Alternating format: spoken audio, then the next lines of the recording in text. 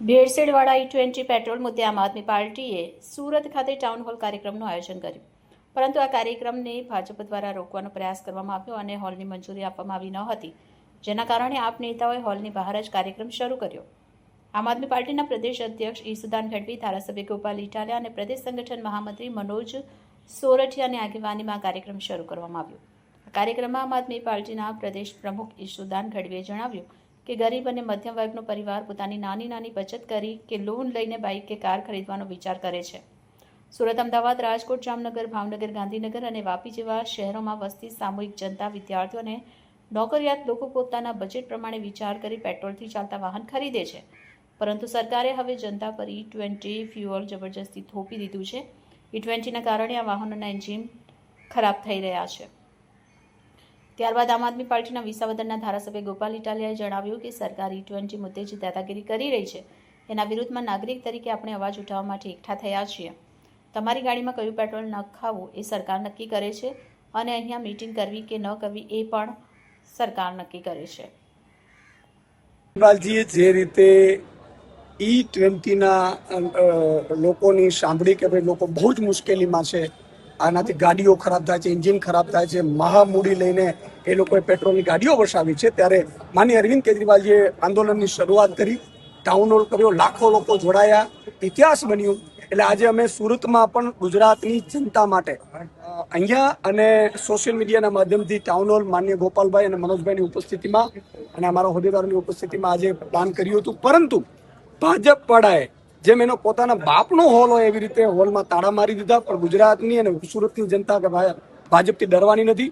અહીંયા અમે પટાંગણમાં આજે ટાઉન હોલ કાર્યક્રમ કર્યો છે, લોકોને જોડ્યા છે, લાખો લોકો અમારી સાથે જોડાયા છે ગુજરાતમાં. અને આ આંદોલન આગામી સમયમાં પણ, કારણ કે E20 જે મહામૂડીથી બાઇક અને ગાડીઓ ખરીદી હતી પેટ્રોલની, મધ્યમ વર્ગની ગરીબ એમની ઉપર થોપવામાં આવ્યું છે. તો યા તો 84 રૂપિયા પેટ્રોલ આપો, કારણ કે તમે ભેળસેળવાળો પેટ્રોલ બનાવો છો, E20 નાખો છો, અથવા તો તમે ફરજિયાત ના કરો. અમેરિકાના દબાવમાં ભાજપ નરેન્દ્ર મોદી આવી ગયા છે એટલે ફરજિયાત કરે છે E20, જેના કારણે કરોડો નાગરિકો અત્યારે પરેશાન છે. 30 કરોડ નાગરિકો છે અને આ E20 જ ભાજપને આ દેશમાંથી હટાવશે, કારણ કે 30 કરોડ નાગરિકો પોતે રસ્તા ઉપર નહીં આવી શકે, એનો અવાજ કોઈ ના કોઈ બનશે. પરંતુ મતદાનના દિવસે આ 30 કરોડ નાગરિકો એના પરિવાર સાથે ભાજપ વિરુદ્ધ મતદાન કરશે. અને એટલા માટે આ E20 એ ભાજપની ઘડો ભરવાની એક સ્કીમ છે.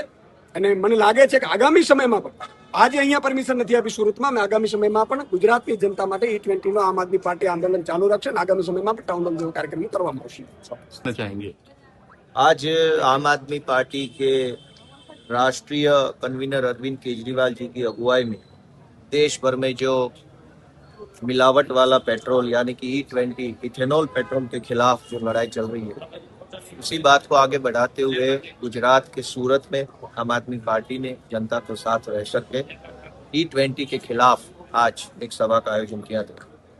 बहुत बड़ी संख्या में सूरत के लोग यहाँ उपस्थित रहे और सबने ये माना कि ये मिलावट वाले पेट्रोल के कारण लोगों की गाड़ियों की एवरेज कम हो रही है, लोगों की गाड़ियों में ज़्यादा खराबी आ रही है, सर्विसेज बार बार करवाना पड़ रहा है, दोनों तरीके से लोगों की जेब को मार पड़ रहा है. और इसलिए ये E20 पेट्रोल जो है मिलावट वाला पेट्रोल है, उसको बंद करना चाहिए. और अरविंद केजरीवाल जी ने जो अपनी 3 प्रमुख मांगे रखी है कि E20 और प्योर पेट्रोल दोनों की